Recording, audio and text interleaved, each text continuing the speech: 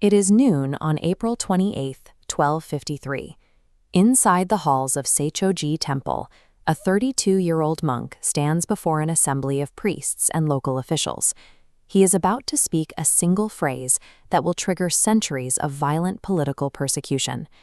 To understand why a few words could provoke such a reaction, look at the baseline reality of 13th century Japan. The country was buckling under continuous, devastating earthquakes, widespread famine, plagues, and brutal political infighting. The dominant religious response to this misery was the Nembutsu, or Pure Land school. This doctrine taught that the current world was designed entirely for suffering. Salvation was impossible here. Believers could only pray for rebirth in a faraway, otherworldly paradise after they died. This theology stripped the common peasant class of their agency. By focusing entirely on a distant afterlife, it left the population politically and spiritually paralyzed, with no mechanism to actually change their immediate material circumstances. The monk at Seichōji, Nichiren, refused to accept this system. Born to a lowly fisherman's family, he saw the suffering of the commoners up close and vowed to find a functional solution that could alleviate their pain in the present moment. He spent 16 years traveling across Japan. He studied at elite centers of Buddhist learning in Kamakura, Mount Hiei, and Kyoto, systematically analyzing the massive canon of existing texts to find a cure. He found his answer hidden within the doctrines of the Lotus Sutra, seen here in this traditional illuminated scroll. The text contained a radical assertion: absolute enlightenment is not a distant paradise. It is a dormant state of life that exists right now, inside every single human being. Discovering a theological truth in an elite text created a logistical problem. The peasant masses could not read classical Chinese sutras. To make this power usable, Nichiren had to engineer a simple delivery mechanism. At noon on that April day in Seichō-ji Temple, Nichiren publicly rejects the establishment's doctrine of powerlessness. He reveals his engineered shortcut to enlightenment, the phrase Nam-myoho-renge-kyo. Let's break down how this operates.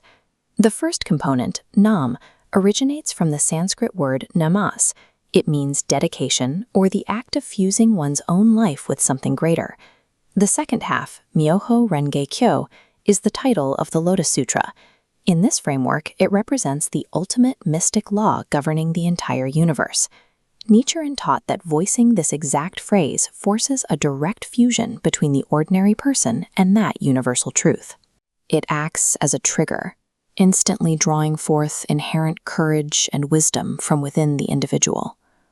By making enlightenment accessible right now to anyone who could speak the words, Nichiren completely bypassed the authority of the elite priest class. He democratized spiritual power.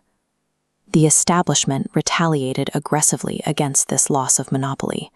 They burned Nichiren's home to the ground and banished him to desolate regions like Sado Island. During the Tatsunokuchi persecution, officials arrested him and attempted a literal execution by beheading. Nichiren faced the sword without ever compromising his stance. While enduring these exiles, he ensured his followers could continue their practice in secret. He inscribed the Gohanzan, a paper calligraphy mandala, designed as a physical, transportable object of devotion. Nichiren survived decades of these life-threatening persecutions.